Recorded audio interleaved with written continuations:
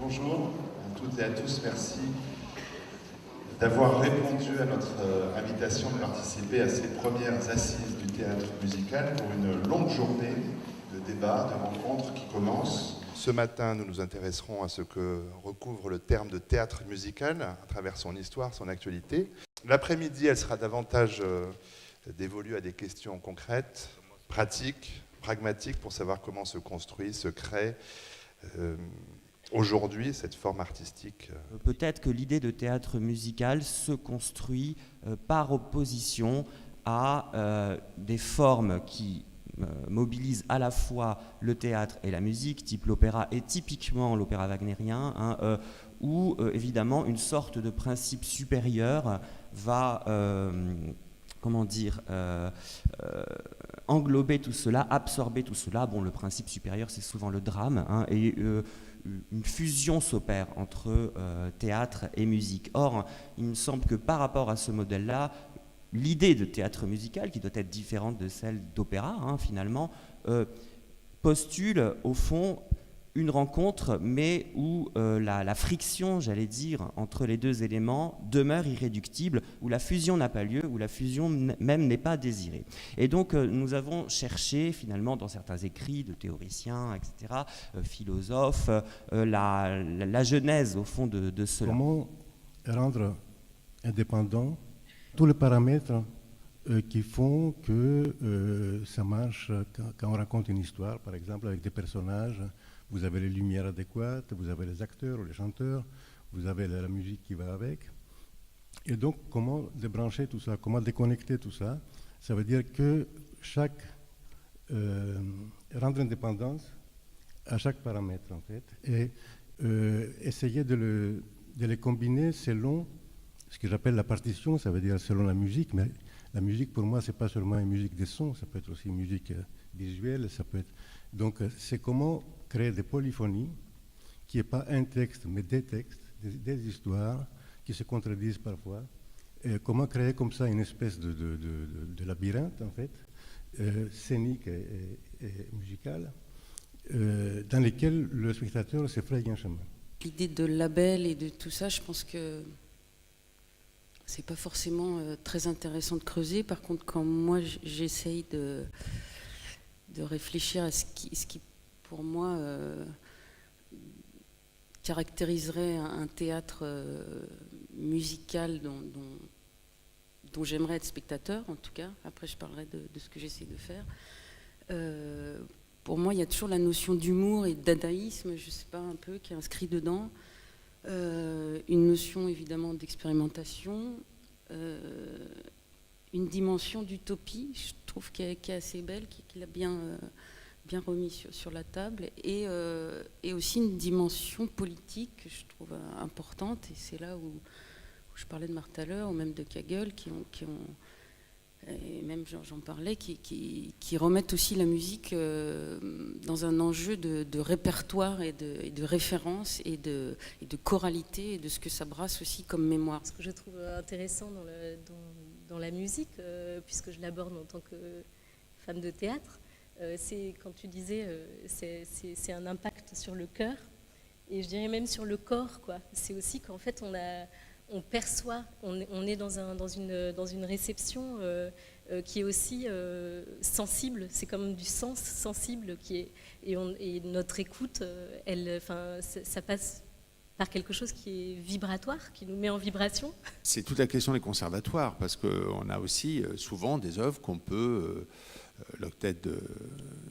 Enfin, bon, on est sur des, notamment pour les ballets, on peut imaginer que des conservatoires, à Créteil on a un très bon conservatoire, et ça nous arrive, le Mendelssohn avec Bilky Jones a été repris par des musiciens du conservatoire. Donc là, on a aussi une économie tout à fait importante, c'est ce que Caroline fait très bien à Lille aussi, en associant plusieurs orchestres à des productions.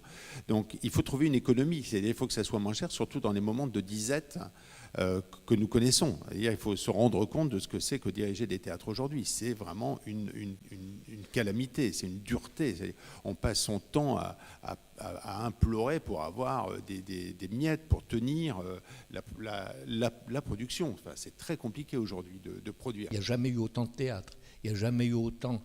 peut difficilement passer à travers les mailles du filet. Tout est culturel. Il y a le tout culturel, ça m'exaspère. Il n'y a que de la culture partout. Il y a la culture d'entreprise, il y a la culture du machin, il y a la culture du poireau, il y a la culture de tout. Il y a de la culture partout. Il y a trop de culture. Et on devrait faire un cure d'amaigrissement de l'œil, quoi. C'est-à-dire on devrait se laver les yeux, on devrait pouvoir se faire vraiment une cure. Alors, il faudrait revendiquer l'art contre la culture, en gros. Moi, ça paraît prétentieux, tout d'un coup, le mec, il pète les plombs, mais il faudrait revendiquer des choses insoutenables, il faudrait revendiquer des choses non admissibles. Je pense que toutes les grandes, par exemple, quand tu prends Stravinsky, ça a fait le bordel au début. Renoir, ça a foutu un souk pas possible quand il a fait son premier truc. C'est-à-dire, il faudrait peut-être re-rentrer en guerre. C'est-à-dire ne pas tout le temps être dans cette registre de la plainte on dit c'est affreux, la société ne veut pas de nous. Ben non, elle ne veut pas de nous, elle n'a aucune raison de vouloir de nous. Enfin, si j'étais de la société, je ne voudrais pas de moi non plus. Enfin, je veux dire, non, c'est dément. Donc il faudrait réussir il faudrait se rebattre avec humour. Ça, je suis d'accord, hein, il faut beaucoup d'humour. Ça, c'est vrai.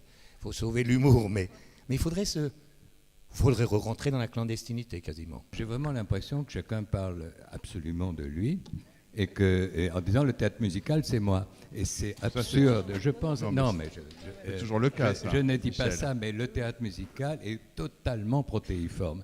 Donc là, c'est ce je qu'on m'en constate, fous c'est ça éperdument de savoir si le théâtre musical, c'est plus ce que tu fais ou ce que fait Georges Apergui, ça n'a rien à voir. Et on dit théâtre musical, mais je m'en fous, quoi, tu vois. Il me semble, le problème, c'est où on fait du théâtre musical. Où en fait-on? Où peut-on en faire? Alors, vous disiez tout à fait, justement, que dans les années 70, les compositeurs, les musiciens, essentiellement, se sont dit, mais merde, à l'opéra, on ne peut pas jouer. C'est là qu'on aurait dû jouer.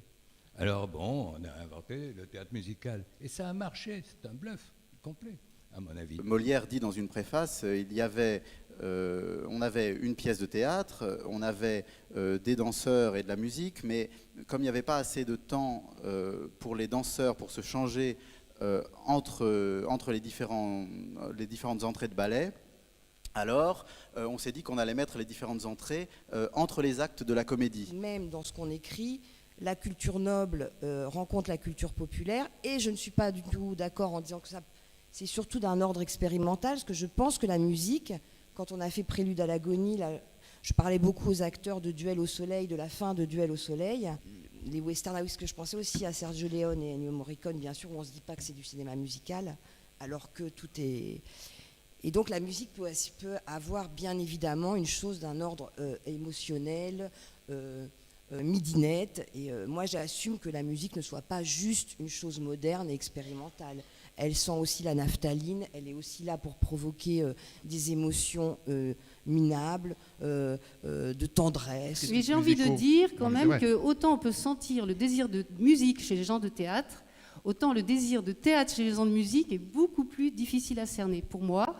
Parce que quelque part, la musique, c'est pas du tout qu'elle se suffit à elle-même, hein, c'est pas du tout ce que je veux dire, mais il y a quand même quelque part, enfin, on a quand même l'impression que les gens de théâtre se servent de la musique pour exprimer des choses, pour renforcer une émotion. Mais attendez, il s'agit juste de théâtre musical. Xavier Boussillon. C'est-à-dire que c'est quand même une des portions du spectacle dont est issu un certain esprit de légèreté,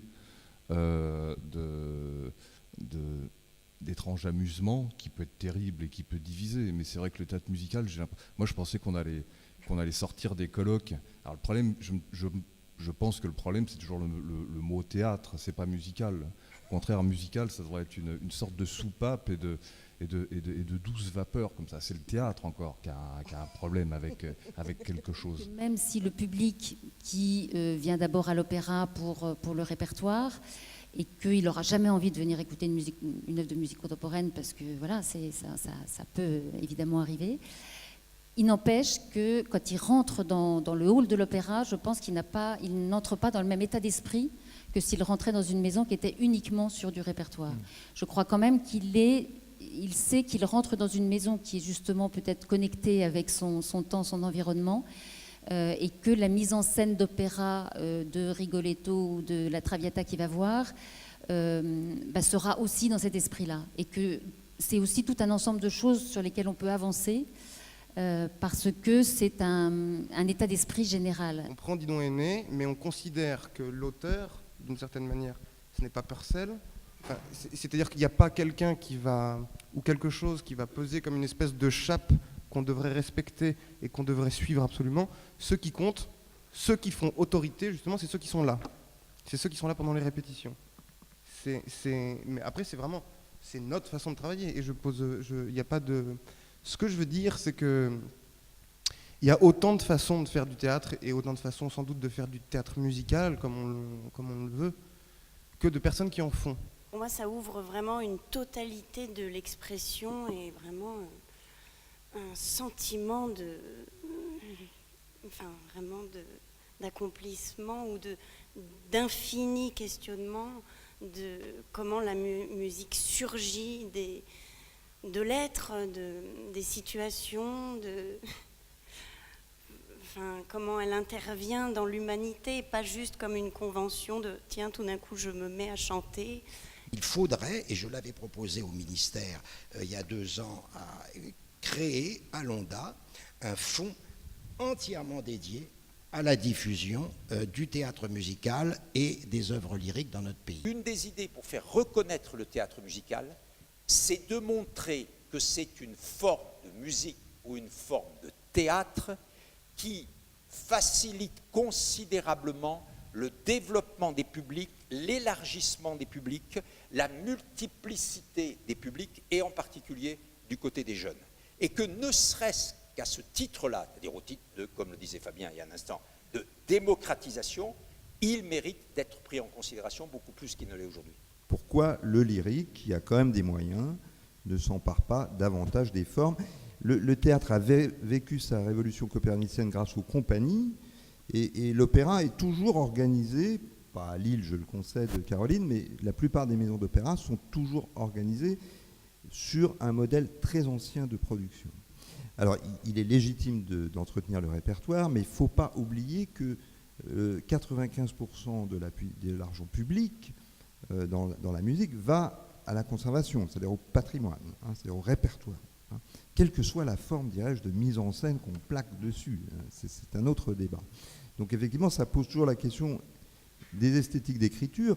Ça serait bien qu'on soit plusieurs à avoir une pratique de musicien, ou une approche de musicien dans des institutions aujourd'hui, pour effectivement que je ne reçoive pas tous les dossiers où il y a un batteur, il y a un batteur sur le plateau, ou une guitare électrique, ou voilà, parce que tout n'est pas théâtre musical non plus. Je veux dire, il y a une différence de plan et de profondeur. J'utilise souvent la métaphore du cinéma, mais sur quel plan on met la musique? Si on pourrait multiplier les définitions de quelque chose, on voit bien, on a du mal à le définir. Moi, j'aime ça. Je trouve que ça participe d'une vitalité absolument géniale. J'ai adoré Didon est né, là, tel qu'on l'a vu. J'adore. Enfin, voilà, il y a un truc d'une vitalité. Vraiment, en ce moment, en plus avec une génération de metteurs en scène qui retravaillent la question du collectif, des modalités de travail, enfin ensemble, comment on fait, comment on écrit là-dessus. Donc j'adore ça. Mais voilà, on n'est pas nombreux, en tout cas, d'avoir cette préoccupation, cette culture, modestement, mais cette culture de la question de la musique à la tête des institutions. Et je pense que ça passe par un lieu. Le punk, par exemple, pour prendre un exemple de quelque chose que j'aime bien, a existé parce qu'à un moment donné, une ville comme New York, voilà, est devenue un territoire géographique dans lequel une musique a pu s'inscrire et, voilà, et trouver tout son essor. J'ai fait du théâtre parce qu'on a aussi inventé un lieu. Il faut qu'il y ait des lieux qui soient dédiés un peu plus, à des gens qui ont cette pratique-là de théâtre et musique. L'opéra, c'est magnifique, mais c'est un mariage forcé. On ne choisit pas toujours les personnes avec lesquelles on travaille, on ne choisit même pas toujours l'œuvre qu'on va monter. Donc c'est un mariage forcé avec parfois, moi j'adore ça et je continue à en faire, mais un peu la frustration effectivement de jouer très peu sur des projets comme ceux que vous décrivez. Ce qui est très amusant, c'est qu'on réfléchit effectivement à une économie, à l'économie d'un décor, à l'économie d'un plateau, dans quel théâtre on a envie d'aller, quel public on a envie de rencontrer, est-ce qu'on a envie d'aller à l'étranger ou pas, quels moyens on a, et ensuite c'est un travail de producteur de compagnie qui est d'aller chercher ce qu'on appelle les coproducteurs, d'aller chercher des fonds, des aides. La SACD qui d'ailleurs s'associe avec le ministère de la Culture, par exemple, pour aider le théâtre musical, précisément, comme quelqu'un l'a dit, je crois que c'est M. Janel qui l'a dit, ça coûte plus cher que le reste, c'est tout à fait vrai. Et donc, pour avoir plus d'argent, on est allé faire toc-toc à la porte du ministère de la Culture, qui ont dit d'accord, on met la même somme que vous. On est allé voir l'ADAMI, les artistes-interprètes, chanteurs lyriques, qui ont dit ah oui, c'est intéressant de créer un fonds pour favoriser la création contemporaine qui utilise des chanteurs lyriques professionnels. Donc ils ont donné autant à peu près la même somme que nous. Bon, chaque année, avec les reconductions, les budgets, bon, ça bouge un peu, mais enfin, grosso modo, c'est à peu près ça. Et puis le fonds de création musicale, qui est un organisme qui fonctionne presque uniquement avec de l'argent de copie privée, qui apporte sa contribution. Donc ça, c'est l'exemple. Le fonds de création lyrique, c'est un guichet qui permet d'aider le théâtre musical. Alors, dans sa dénomination, il faut détromper les gens, ce n'est pas que pour l'opéra pur et dur, c'est-à-dire toutes les formes de théâtre musical sont admises à condition qu'il y ait des chanteurs. Le principal, c'est quel est l'artiste qui est porteur d'un projet. Et à partir du moment où un artiste est porteur d'un projet artistique fort, somme toute, peu importe qu'il soit compositeur qui a envie de se frotter à la scène ou qu'il soit metteur en scène qui a envie de se frotter à la musique, le principal c'est qu'il y a un projet artistique porté par un artiste, par un auteur qui va vouloir le porter. Et nous autres qui parlons aujourd'hui de moyens, notre moyen, c'est notre travail, c'est de créer les moyens de la création. Ce sont des scènes pluridisciplinaires et je crois que j'ai entendu un petit mouvement tout à l'heure sur la table précédente quand quelqu'un a posé le sujet.